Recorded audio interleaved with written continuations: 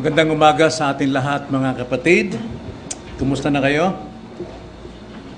Muli po. Isa lang boses narinig ko eh. Salamat sa Panginoon.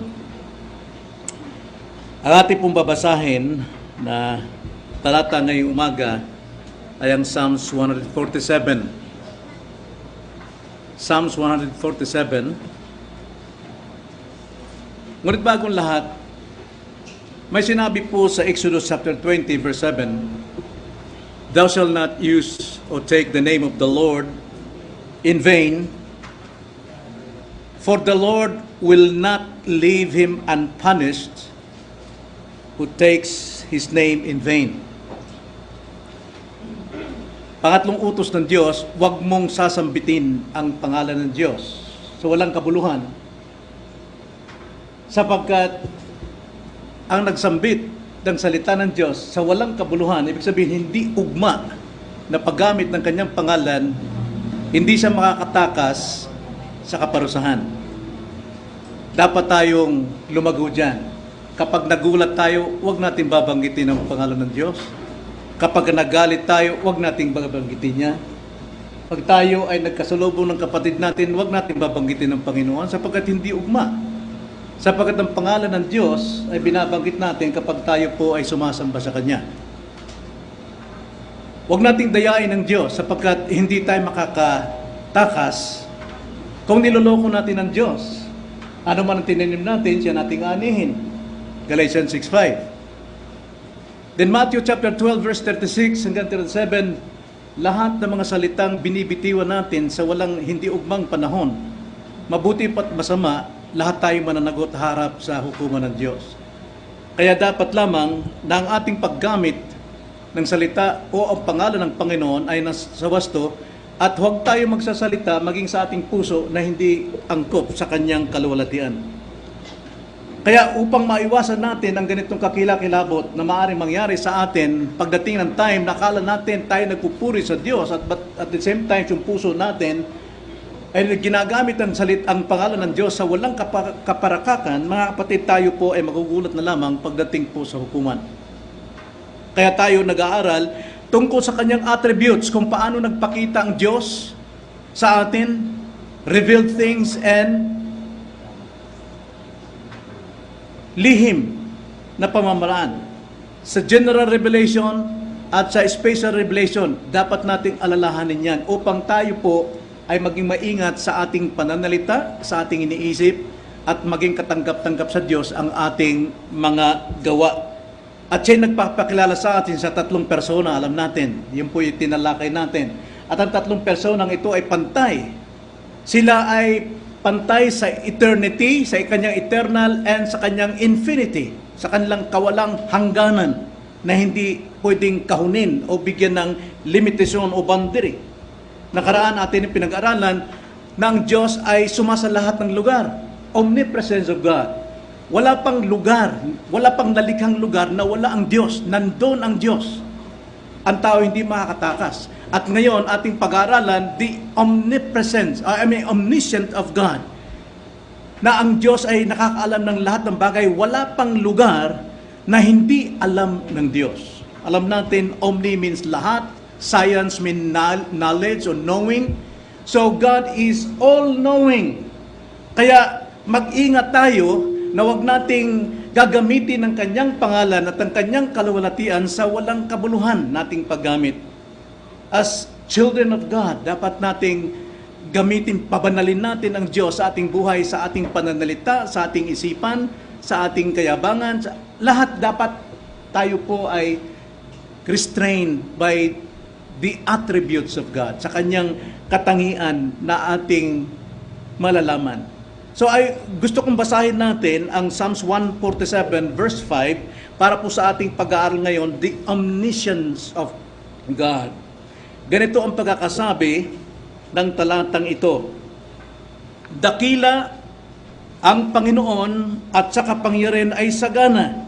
Hindi masukat ang kanyang unawa. Yung salitang hindi masukat, meaning to say, walang boundary. Hindi napuputol, hindi tumitigil ang kanyang pag-ibig, ang kanyang biyaya, ang kanyang pag-uunawa sa atin, sa kabila na tayo nagkakasala, hindi tumitigil ang kanyang pag-ibig sa atin, hindi tumitigil ang kanyang pagpapatawad sa atin kapag tayo humingi ng kapatawaran. Yung salitang infinite dyan, sa English lang natin makikita natural. Ang sabi sa NASB, great is our Lord and abundant in strength, His understanding is infinite. Ang kanyang kaunawaan, ang kanyang kaalaman, walang hangganan. So God is omniscient God. Ang Diyos ay omnipresenting Diyos. So lahat po dapat ng ating iniisip, lahat ng ating sinasabi, lahat ng ating pinaplano, lahat ng ating gawa, lahat ng ating buhay, ay dapat gawin natin pag sumikapan nating maging kalugod-lugod sa Kanya. Sapagkat kung hindi natin ginagawa ito na yung Diyos na luwala sa atin, masasabi natin hindi pa natin kilala ang Diyos. Sapagkat ang totoong nakakilala sa isang tao, uunawain niya ang tao, mamahalin niya ang tao. Ganon din sa Diyos. Kaya napakalaga na ating mapag-aralan ang mga katangian ng Diyos, sapagkat ito ang magpapabanal sa atin.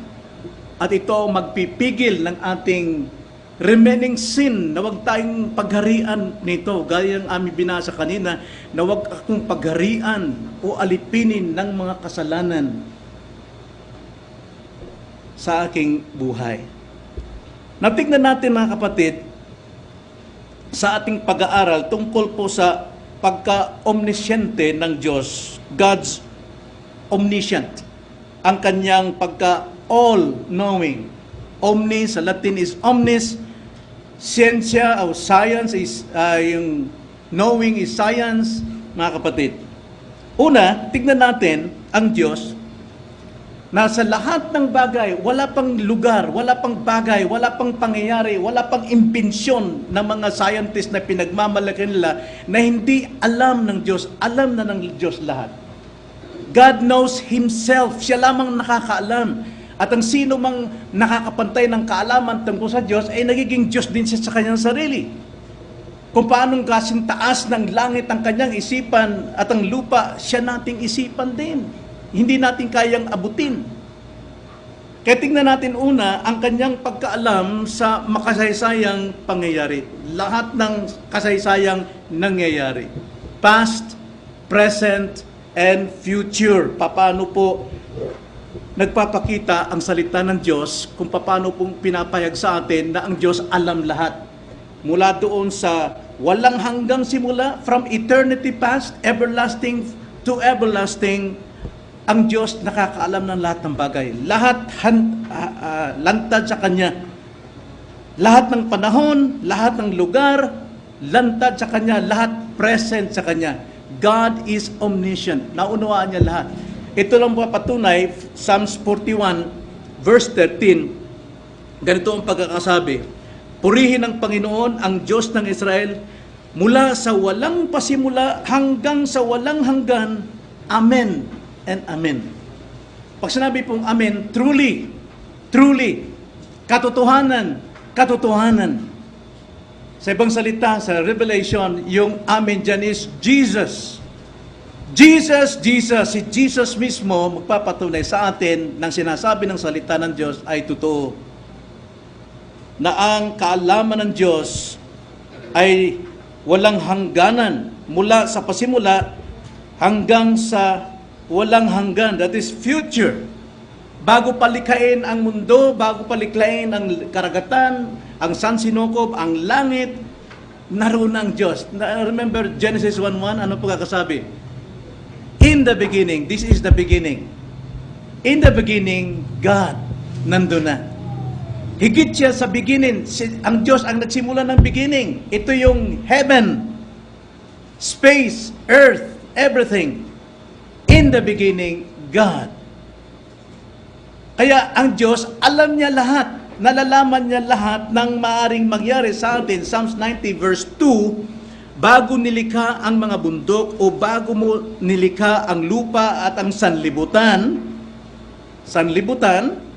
ikaw ay Diyos mula sa walang hanggan hanggang sa walang hanggan. Kaya isang kayabangan po ang mga nagsasabing, kilala ko na ang Diyos. Alam ko na ang Diyos. Alam ko yan na iniuutos ng Diyos. Pero ano magagawa mo? Mayroon akong dahilan. Legit yung aking dahilan. Wala kang may dadahilan, kapatid. Matthew 12:36, wala kang may dadahilan. 12:36 to 37, lahat na nakatago sa ating isipan, lahat ng pangangatwiran natin sa puso, wala kang may dadahilan. Ang dapat natin gawin is obey. Obey God and follow God. Lahat ng karunungan ng tao sa mundong ito kahangal-hangal lamang sa Diyos. Sapagkat sa karunungan ng sanlibutan ito, sana naligtas na sila kung ang karunungan ng sanlibutan ito ay patungo sa pagkakilala sa Diyos. Pero alam ng Diyos lahat yan. Isang halimbawa na lamang ang makikita natin sa buhay ng isang tao, yung Samaritana. Sa John chapter 4, kung ating babasahin the whole chapter, ang Panginoon ay dumating sa Samaritan, sa lugba ng Samaritana, at siya'y naupo sa tabi ng balon. At sa oras na yon, dumarating ang babae. Na oras na yon na walang tao. Katanghali ang tapat, mag-iigib sa balon. Bakit po dumating ang babaeng yon? Sapagkat yun ang time niya na hindi siya makikita ng tao. Sapagkat siya ay hindi magandang testimony sa harapan ng tao. Pero ang Panginoon nakaabang na ron. At sa kanilang usapan, lumabas. Ang sabi ng Panginoon, pakita mo sa akin ang asawa mo. Ang sabi ng babae, Panginoon, wala akong asawa. Wala akong asawa. Now, ito yung kaalaman ng Panginoon. He's omniscient. Tama, wala kang asawa sapagkat 7 lalaki na ang dumaan sa buhay mo at ang kinakasama mo ngayon ay hindi mo asawa. See, nakita ng Panginoon yan eh. 7 lalaki nang dumaan sa kanya at may kinakasama pa siya na hindi kasal, hindi niya rin asawa yun. Now, mag-sidetrack tayo. Live in. That is sin. Kasalanan yan. Sapagkat yan ay labag sa kautusan ng Diyos na dapat babae at lalaki ay nagpapakasal. Not Adam and Steve, but Adam and Eve. Nakakagulat kagabi sa deep proof ng SMNI pagdating kay Marcos na sumasang-ayon siya sa the same-sex union. Hindi kasal, but union. Now, wala akong perpektong tao. Pero ako, labag ako doon dahil yun sinasabi ng kasulatan, hindi pwedeng dapat magsama ang parehong kasarian. That's against the law of God. Hindi po Adam and Steve, kundi Adam and Eve. So alam ng Panginoon kung anong ginagawa ng tao. One time si Job, alam natin, si Job ay isang righteous man. God ang mismong nag-declare niya that this man is a righteous man. Wala siyang ginagawang masama, tumatakas siya sa anumang kasamaan. At sinubok nila ng Panginoon at ni Satanas, sapagkat Satanas talaga gustong subukan ng Diyos na itong tao mong ito, pag yan ay nahirapan, tatalikod sa iyan, susumpahin ka niyan. Pero hindi sinumpa ng Diyos, ay ni Job, ang Panginoon. Pero habang tumatagal po ang panahon, pagdating sa chapter 36, nagsalita si Job. Nagsalita siya na sumasang-ayon sa mga advisor niya, yung 3 na lagi siyang kinakalaban. Na doon nagmalaki siya. Pero pagdating po sa chapter 38, please meditate Job 38. Marami kayong matutunan. Kaya sabi ng Panginoon, Hope, nasaan ka nung ilagay ko ang foundation ng mundo? Meaning to say, God knows everything. Nasaan ka? Nasaan ka na ang karagatan mula sa ilalim ng lupa bumulwak at aking sinarahan para hanggang doon lang siya, hindi siya aabot kung saan. Nasaan ka nung sabihin ko ang karagatan hanggang dyan ka lang, tumigil ka, hindi ka pumunta ron. But by God's providence, alam natin, umapaw ito sa baha. Everything, lahat, nasaan ka? Meaning, nagpapatunay lamang dito na ang Diyos ay nakakaalam ng lahat. At yan, ang sabi ni Job pagdating sa chapter 42, Now I know you, kilala kita, dahil ikaw nagpahayag sa akin. Minsan, tayo po'y naghahangad ng knowledge sa knowledge ng iba. Hindi natin kinukuha ang knowledge ng God directly to His Word. Kaya minsan nagkakamali tayo, akala natin tama yon, pero hindi perfecto ang tao. Huwag tayo magtiwala sa kapwa-tao. Tayo mismo ang magsuri yung ano yung totoo. So yun yung nakaraan. God knows sa atin nakaraan. Lahat ng ating past. Sino sa atin dito pwedeng tumayo rito? Wala akong ginawa sa akin nakaraan.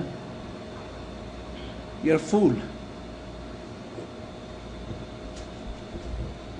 Kaya wala tayong may pagmamalaki ngayon. Kahit ngayon, sa pandemic na ito, nagiging dahilan ng mga kapatid na hindi na umaattend sa physical gathering sapagkat God knows. Alam naman ng Panginoon kung anong kalagayan ko. No? Alam ng Panginoon how wicked your sin within you. Na nagja-justify sa iyo. Yung conscience mo, according to Romans chapter 2, verse 12 to 17, na mismo ang ating puso, nagsasabi, pinagtatanggol, huwag mong gawin yan, gawin mo ito, huwag kang maniwala dyan, lahat yan, sarili natin. But God knows. Alam ng Diyos. Maging sa kasalukuyan at the present time, Psalms 33 verse 13 to 15, ganito ang sabi, mula sa langit ang Panginoon ay nakatanaw. Lahat ng anak ng mga tao ay kanyang minamasdan. See, ini-scrutinize ng Panginoon every single man, woman in this world, in this planet. Lalo na sa kanyang mga tao. Nasusuri niya, nasisiyasat niya. Verse 14, mula sa kanyang dakong tahanan ay nakatingin siya sa lahat ng naninirahan sa lupa. See? Verse 15, siya na sa mga puso nilang lahat ay humuhugis at sa lahat nilang mga gawa ay nagmamasid. So, hindi lamang ang Diyos na sa langit, na sa taas, nakatanaw, nag-uusisa, nagsisiyasat sa lahat ng tao, single, maging ang baby, nakikita ng Diyos, nalalaman ng Diyos, sapagkat ang Diyos mismo nananahan sa ating puso. At sino makakaalam ng ating espiritu? Tanging Diyos lamang. Sino nakakaalam ng ating puso? Ang Diyos lamang, nababasa niya, nakikita niya ang nilalaman ng ating puso sa mga tao ng Diyos. Alam niya kung nagmamagaling ka, nagyayabang ka, para ipakita mo mahusay ka. Alam niya kung tukto ka mapagpapakumbaba. Alam niya kung namumuhay ka sa tama at makatwiran. We cannot deceive God. We cannot fool God. Yan ang Kristiyano, mga kapatid. Hindi ba aling magkapili-pili ka, mabalian ka ng balakang, ngunit namumuhay sa katwiran. Tulad na Jacob, binalian siya ng balakang para mabula na yung kanyang ulumang pagkatao na sinungaling, deceiver, and become the Prince of Israel. Di ba aling basta't nasa katwiran ka ng Diyos? Kaysa namang galing mo, husay mo, pero napakayabang mo. Ganyan po dapat mamuhay ang Kristiyano. Present time, alam ng Diyos. Alam ng Diyos kung anong dahilan mo, hindi ka mamamatay dyan. Papatayin ka ng kasalanan para wag kang makipagtipon, wag kang makipagtagpo sa Diyos sapagkat may pangako ang Diyos kung saan may dalawa o tatlong nagkakatipon, siya'y naroon sa kanyang kalagitnaan.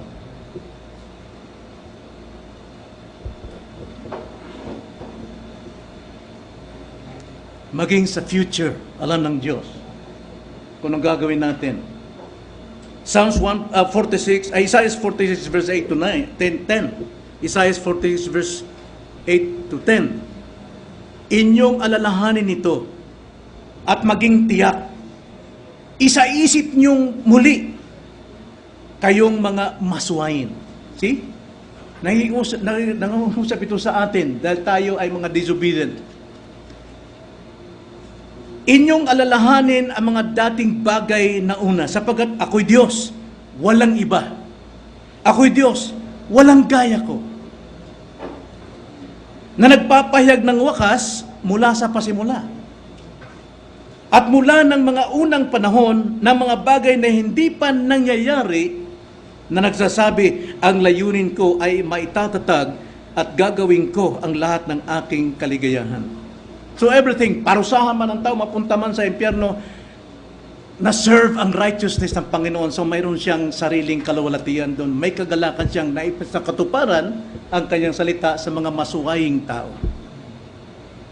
So hindi natin pwedeng sabihin, Lord, ang lupit mo. No.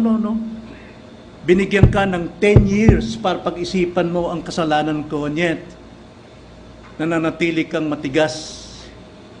Nanatili mong sinusunod ang kasalanan mo. Kaya sabi ni David, Lord, huwag niyo hayaang ako'y alipinin ng kasalanan ko. Hindi naman magpaparusa ng Diyos right there and there.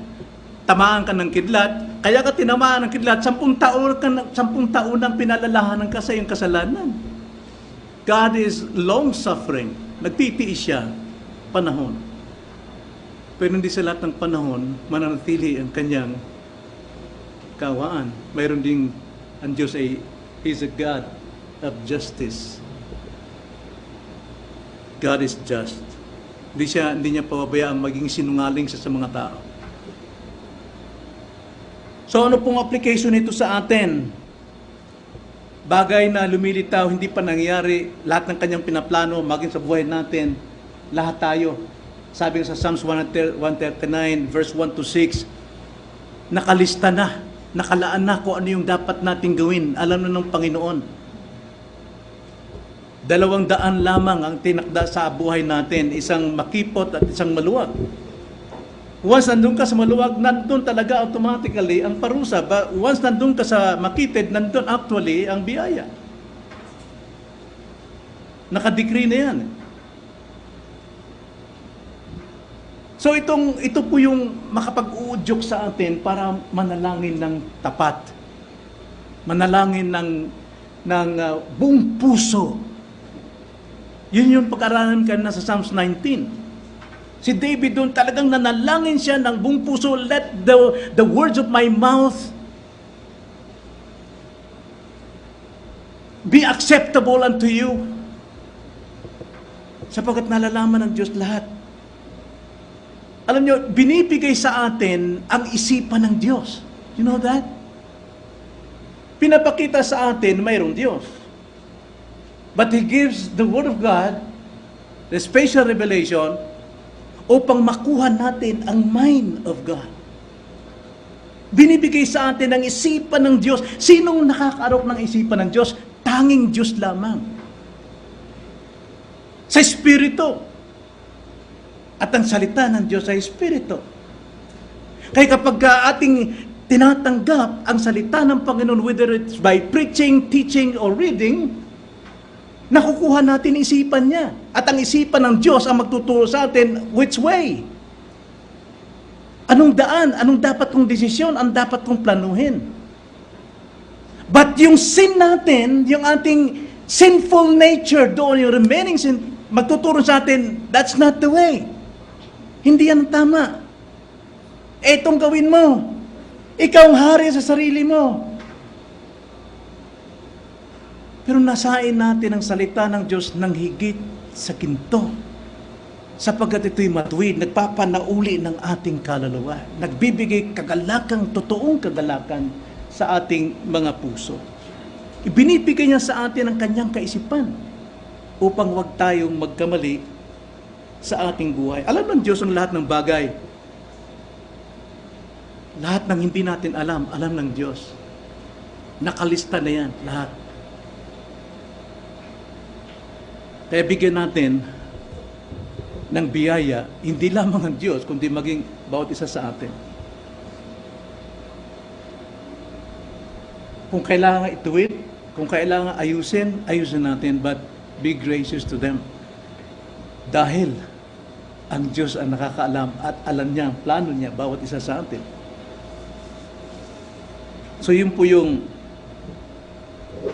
pagka-omnisciente ng Panginoon sa kasaysayan na maaring mangyari. Ikalawa, alam ng Diyos ang lahat ng panloob na kaisipan ng tao. Panloob naman tayo. At mismo ang salita ng Diyos ang makapagpapatunay ito na alam natin ang Biblia ay isipan ng Diyos. Wala pong tao na hindi masabing hindi relevant sa akin ang Bible. Iba yung costumbre ko, iba yung background ko, iba yung tawag nito. No. Lahat ng uri ng tao, pinakabulok, pinakamahirap, pinakamakasalanan, pinakabanal, nasa Biblia, nasa sa isip ng Diyos. Kaya lahat ng sinasabi ng salita ng Panginoon, through the examples, sa lahat ng mga testimony, how wicked man is, lahat yan ay pwedeng apply sa atin. So, lahat ng tao, applicable ang salita ng Diyos. Ito, authority ng buhay natin. Kaya ang salita ng Diyos lamang ang makapagsasabi sa atin kung ano tayo, kung sino tayo.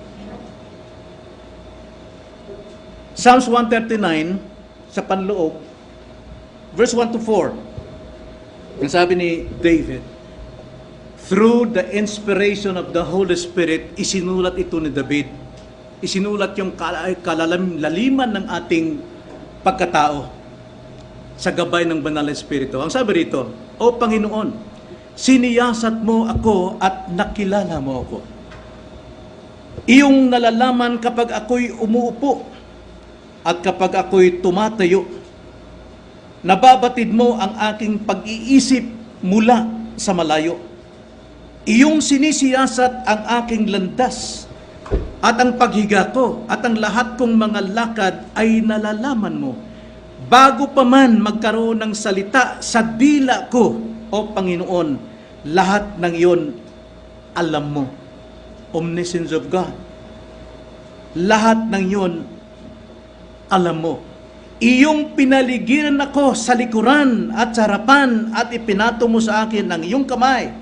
Ang gayong kaalaman ay lubhang kahanga-hanga para sa akin. Ito ay matayog, hindi ko kayang abutin.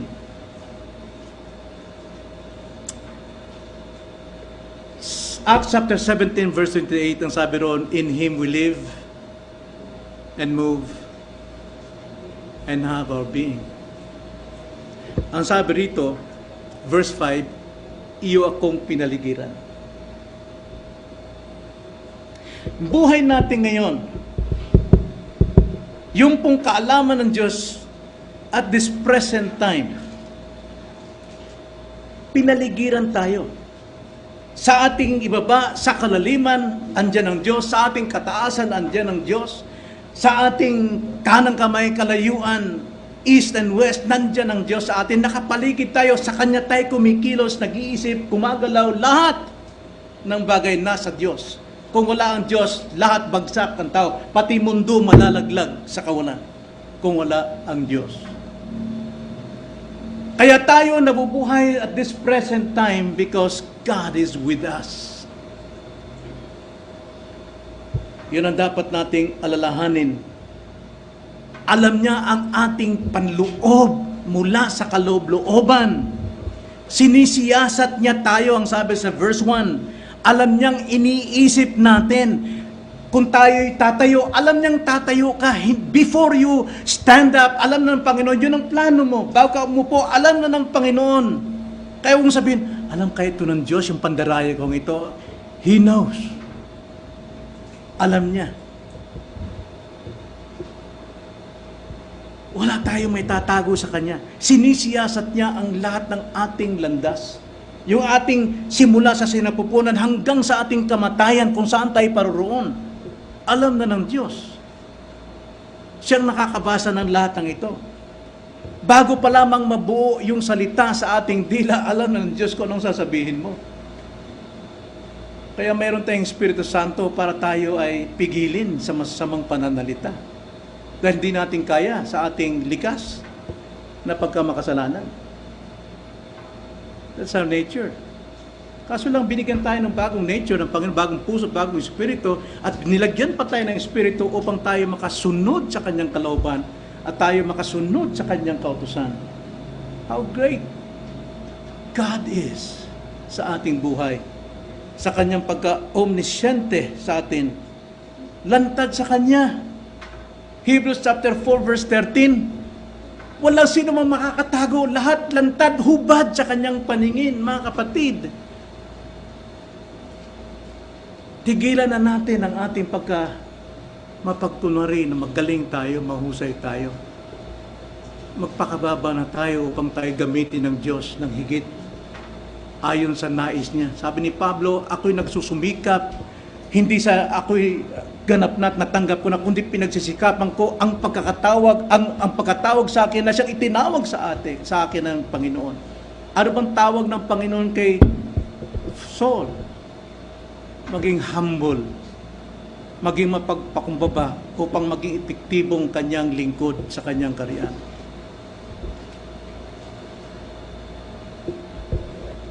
Kita at alam ng Panginoon pag-iisip natin, wala tayong maitatago sa Kanya. Lahat ng ating baluktot na pangatuwiran, bunga ng ating kasalanan na nag-uudyog sa atin. Sa bahay, maaaring nagtatatalak ka, nag-iingay ka, lahat kaaway mo, walang mabuti sa iyo kundi ikaw lamang. Alam ng Diyos yan. Tanda natin, binibigyan ka ng 10 taon o 5 taon para pagsisihan, pero pagdating sa panahon na ikay parusahan, maaaring ikay malumpo, maaaring ikay mapipi, mabulag, kung sisihin ng Diyos. Ang Diyos nagbigay sa iyo ng takdang panahon, tumahimik ka, magpakumbaba ka, maging humble ka bilang anak ng Diyos. Kilala tayo ng Diyos. Alam nyo, yung kadakilaan ng Diyos. Alam ng Diyos na tayo po'y talagang pangit sa ating ugali. Ayaw nating magpaturo, ayaw nating magpasaway.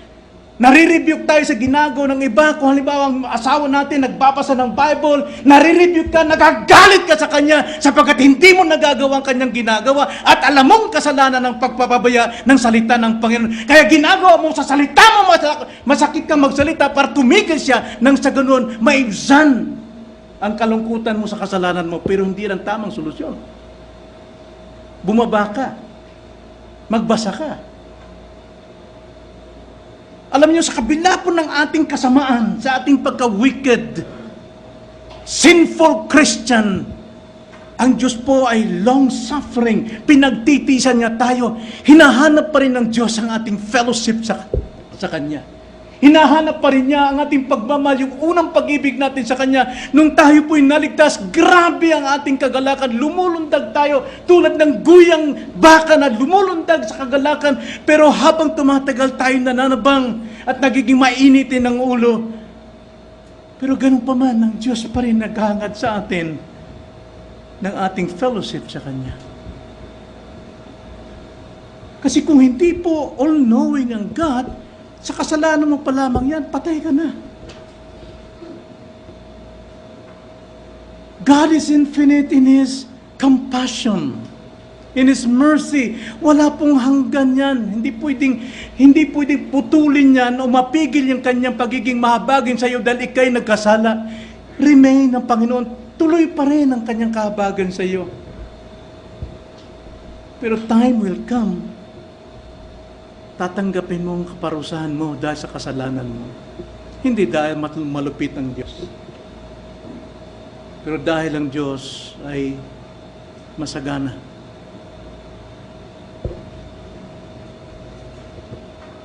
Pangatlo, mga kapatid, so hindi lamang natin nakita ang pagka-all-knowing ng Panginoon sa mga makasaysayang pangyayari. Sa ikalawa, sa mga panloob na kaisipan ng tao, alam ng Diyos, nababasa niya lahat, simula sa ating pagkasanggol.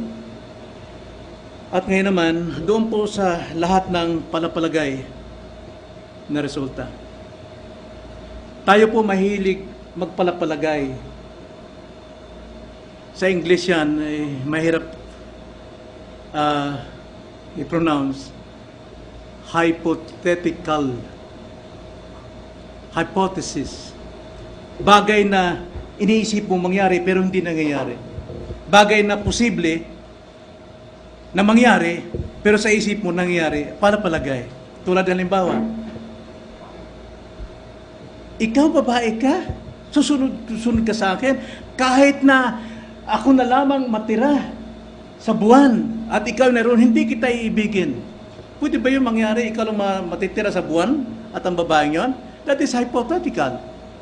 Palapalagay. Ang Diyos, higit pa dyan sa palapalagay. Alam niya.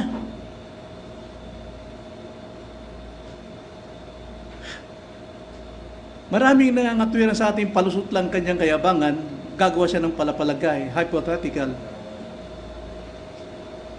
Isip mo lang yan. Yung katang isip, yan ibig sabihin, katang isip mo lang yan. Posibleng mangyari, pero katang isip lang. Pero ano ang masasabi natin ng Diyos, tungkol sa Diyos, sa kanyang omniscience? Sa Bible po, marami pong palapalagay na makikita natin, but God has the answer. Tulad na lamang halimbawa sa Tiro at Sidon. Ang Panginoon dito ay nagsalita ng palagay, nagpapalagay na posible at posibleng mangyari, pero hindi nangyari. Dahil ang Diyos, sa kanyang galit doon sa Corazin at Bethsaida, na mga taong ito, binigyan niya na ng lahat ng himala, pero mga taong ito nagmatigas pa rin, hindi pa rin siya kinikilala as the Messiah. Ang sabi niya, ikaw Corazin, sino magbabagsak sa iyo sa impyerno? Kung ang mga himalang ito ay nangyari sa Tiro at Sidon, sana matagal na sila nagsisi. That is hypothetical. Palagay. Pero alam natin, yung Tiro at Sidon, talagang patungo sila sa kapamakan. Pero kung nangyari ang mga himalang ito, tulad na nangyari sa Corazin, nangyari sa Tiro at Sidon, nagsisi na sana. Matthew 11:21 to 23. Kabag-habag ka, Corazin. Kabag-habag ka, Bethsaida.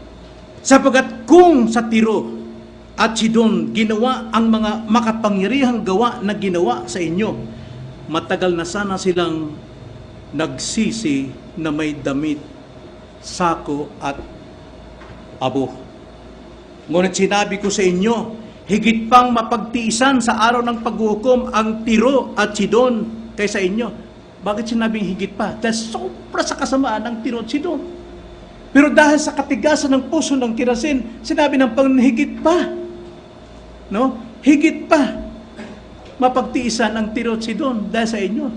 So mas grabe po ang ginawang kalapastangan ng Corazin at Bethsaida sa Panginoon. 23, at ikaw, Capernaum, itataas ka ba ng hanggang langit? Hanggang saan ka magyayabang sa iyong kalaman? Magyayabang sa iyong sarili? Hanggang saan? Tandaan mong Tiro at Sidon, ganun ang kanilang kalagayan, napakayabang, pero binagsak sila. Pero kung sa Sidon ko ipinakita ang mga pinakita ko sa iyo, Corazin, sana sila ay nagsisi. Capernaum, sabi niya, ikaw Capernaum, itataas ka ba hanggang sa langit? Ibababa ka hanggang sa Hades, sapagkat kung sa Sodoma ginawa ang mga makapangyarihang gawa na ginawa sa iyo, na natili sana iyong hanggang araw na ito. So, wala palagay. Pero posible sa Diyos.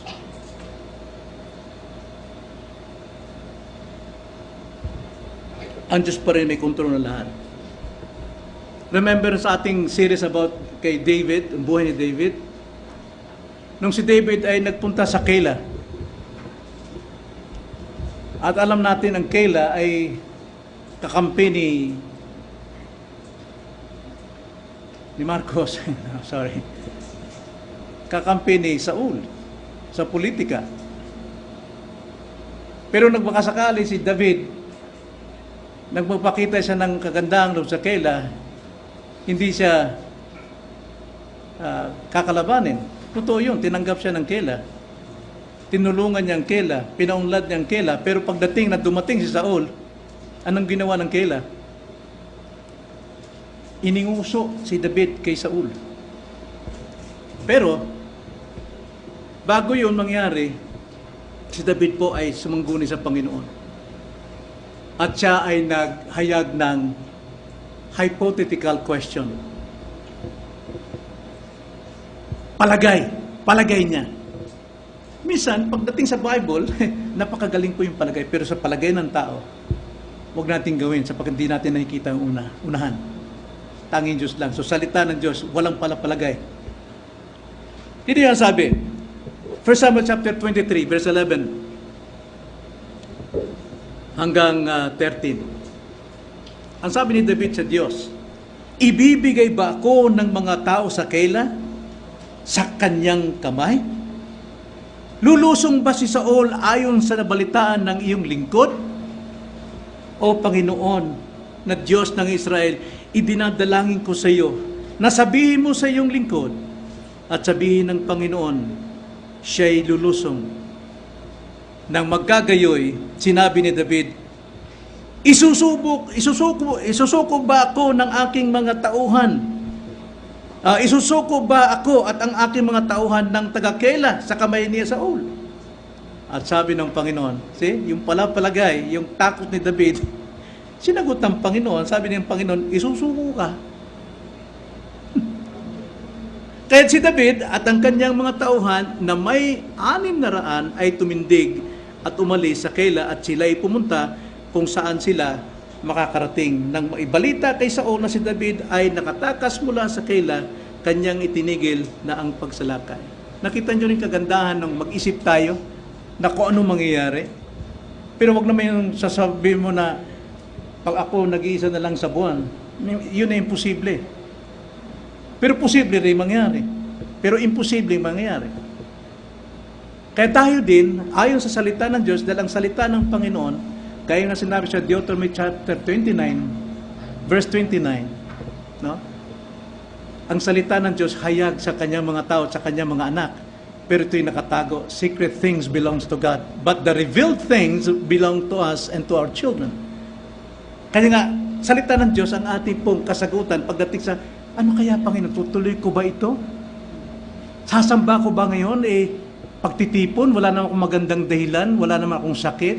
At saka ang sakit ko naman, pwede ko naman itayo at isamba sa Panginoon.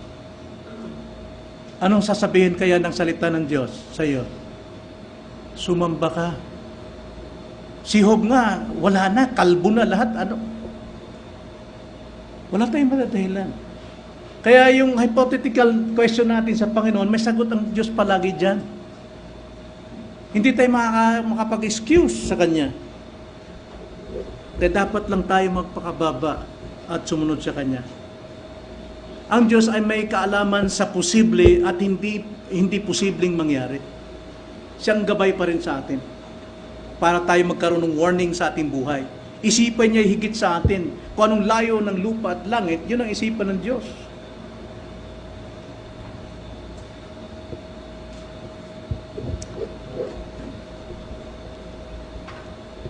Minsan, mga kapatid, ito lang application ko sa pagdating sa hypothetical. Ginagawa natin ito. At nangyari din sa akin to. Ako'y nag-pray, mahigpit na prayer. Na nung una, that was 1990, Lord, bigyan niyo ako ng sasakyan para magamit ko sa ministry. Araw-araw.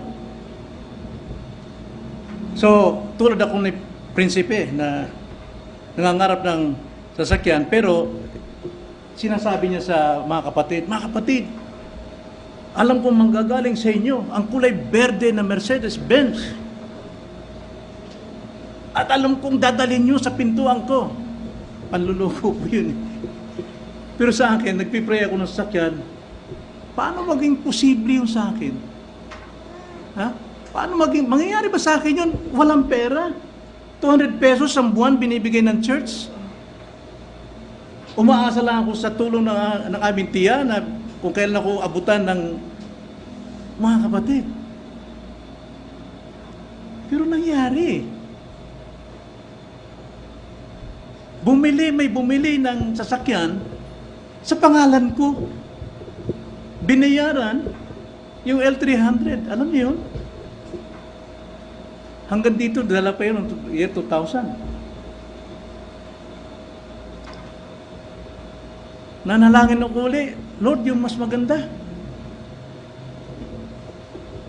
Mas modelo, kasi sirain eh. Munti kong mamatay sa kakatutulak nung L300, kinarga ko ni Boboy, Samson, mula doon, dinala ko pauwi rito. Sabi ni Mama, benta na yung sasakyan niya. Ibinenta. Dahil hindi ko kaya. May nag-alok sa akin ng jeep na 10 taon natin dumaandar. Nabola ko. Taga dyan, kapitbahay lang sa may kabilang kanto. Tayo dito sa white pala.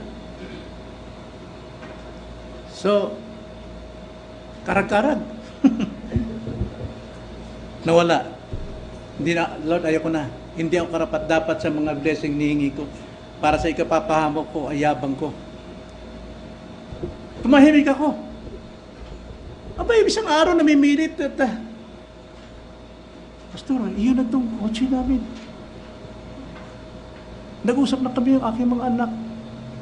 Iyon na ito. Ha? Ano ba naman yung pinagagawa ninyo? Bibigay mo sa akin kotse ninyo? Kilala niyo yun? Yung kulay green na mga kotse? Pinilit sa akin. Na hindi ako nagsisinungaling. Pinilit sa akin. Tinatanggihan ko talaga. Na alam niyo na kung sino yun. Namimilit pa yung isang anak niya. Sige na, Pastor. Talagang pinag-usapan namin yan. Sige. Nagkaroon nga. Kumatok. Kapabayaan ko rin. Motor na. Motor. Hindi na sumagot ang Panginoon sa gusto ko mas moderno sana. Na kahit Mirage man lang. Totoo yun. Ito na. Mirage. Pero binili ng anak ko, karag-karag na Pride. Pero bago mangyari, motor mo na. 4 na base sa aksidente. Gusto kong sabihin, ang Diyos po nakakaalam ng ating palapalagay, ng ating mga wish. He knows that. At ang sagot palagi ng Panginoon, yes, no, and wait. Alam ng Diyos eh. Alam ng Diyos kung iyan ang bibigay ko sa iyo, disgrasya ka. Alam ng Diyos kapag yan pinasikapan mo, maliligaw ka. Alam ng Diyos kung pipigilin ko sa iyo to, mananatili kang tapat sa akin. Huwag kayo manginakit kung nagpipray kayo na hindi nabibigay sa iyo. God knows better than you. He loves you. He cares for you. Our God is a jealous God. Ayaw niya may kapalit eh. Natutuwa siya sa ginagawa mo sa Kanya ngayon, sa kakayanan mo. Kaysa kung magkakaroon ka nun, ibang mangyayari.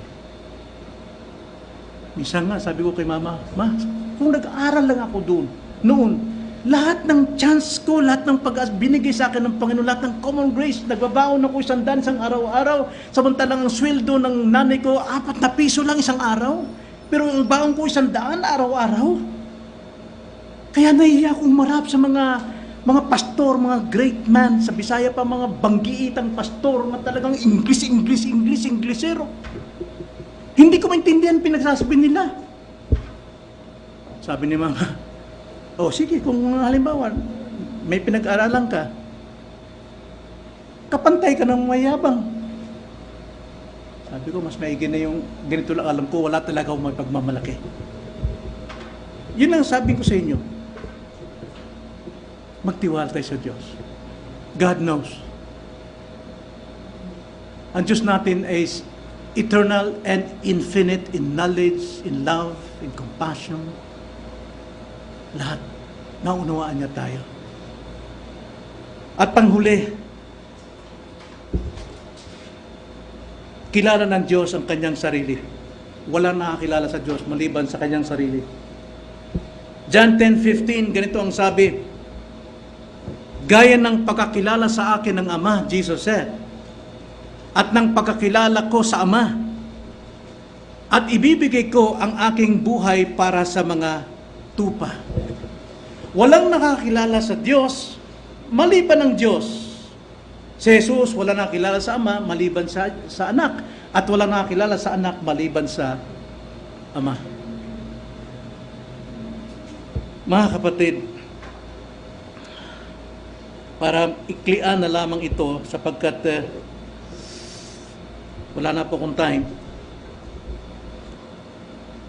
Ito po ang sabi sa atin. Sa Matthew 11:27, ganito ang sabi. Ang lahat ng mga bagay ay binigay sa akin ng aking Ama. Sabi ni Jesus Christ. Walang nakakakilala sa Anak kundi ang Ama. At walang makakilala sa Ama kundi ang Anak. At, yun ang maganda, at sino mang piliin ng Anak na pagpapahayagan niya. Only God knows Himself. Walang makakaarok sa Diyos maliban sa Kanya, sa personang Trinidad. Walang nakakaalam. Si Kristo, ang nakikilala niya ay ang Ama. Silang dalawa. Wala pong nakakaarok sa Kanya. Pero, mayroong sinasabi ng Panginoon, na yung kaalaman tungkol sa akin at sa iyo, Ama, ibabahagi ko doon sa mga taong pagpapayagan ko. At sino yun?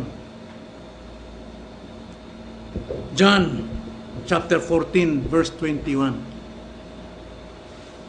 Siyang mayroon ng aking mga salita at utos, o aking mga utos, at tumutupad ang mga iyon, ay siyang nagmamahal sa akin. At ang nagmamahal sa akin ay mamahalin ng aking Ama, at siya'y mamahalin ko at ihahayag ko ang aking sarili sa Kanya.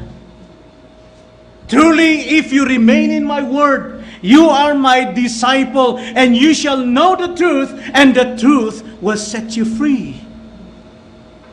Napakalaga po ang salita ng Diyos. Salita ng Diyos, ito yung isipan ng Diyos na ibinibigay sa atin, kaya isang taong hangal lamang ang lumalayo sa salita ng Diyos. Sapagkat ang sino mang nagmamahal kay Jesus at tumutupad sa Kanyang salita, siya yung mamahalin niya at mamahalin ng Ama at ipapahayag ang Kanyang sarili sa Kanya. So tayo man, binigyan tayo ng chance ng Panginoon ng ganong katiting na kakayanan para kilalanin siya. Pero sa katotohanan, wala nakakilala sa Ama maliban ng Anak, at wala nakakilala sa Anak maliban ng Ama. At doon sa mga taong kinalulugdan ng Diyos na ipahayag ang Kanyang sarili. At nagpapasalamat ako, tayo yun. Tayo yun na napili ng ating Panginoon. So nakikita ng Diyos lahat ng ating kilos, lahat ng ating iniisip, nakikita niya lahat. Huwag tayong magsinungaling. Ang sabi ng Panginoon kay Cain, Cain, ang dugo ng iyong kapatid sumisigaw sa lupa. Anong ginawa mo? Ewan ko. Ako ba'y tagapangalaga ng aking kapatid? Ang sinasabi ng Diyos, alam kong pinatay mo kapatid mo. Huwag mong itago yan. No, lahat ng kriminal sa mundong ito, walang nagtatapat na siyang pumatay. Tinatago niya yan.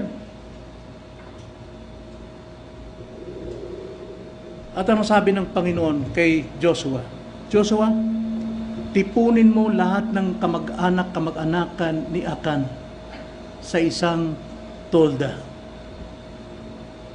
Sapagkat nagnakaw si Akan ng lihim at alam ng kanyang pamilya. Bilang parusa ko sa kanya, lahat sila lalamunin ng lupa. Nakita niyo? Alam ng Diyos ang kalihim-lihiman nating nasa puso. At may nakaambang parusa. Huwag nating antayin yun. Whether it is 1 year, 2 years, 3 years, darating at darating yun. Be sure your sin will find you out. Hahabulin ka talaga ng iyong kasalanan. God is not a liar.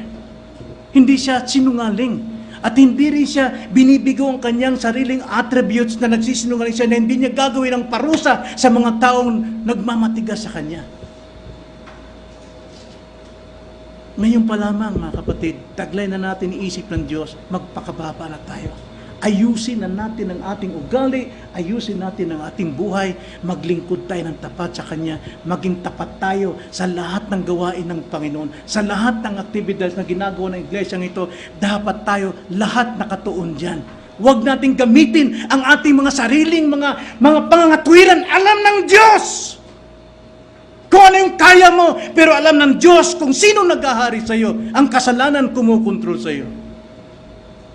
Tanging paraan para makalaya tayo dyan, confess sa Panginoon ng kasalanan. And He is faithful and just to forgive us and cleanse us. God is omniscient God. Alam niya lahat. Tayo manalangin. Opo, Panginoon, napakaganda pong malaman ng iyong attributes sapagkat ito po magtuturo sa amin paano kami mamuhay ng banal, matuwid, hindi mapagkunwari, hindi sinungaling sa iyong harapan. Kami ay anak ng Diyos, tinubos ni Kristo, namumuhay sa katwiran at mamumuhay sa katotohanan. Ito ang aming dalangin sa pangalan ng Panginoong Hesus.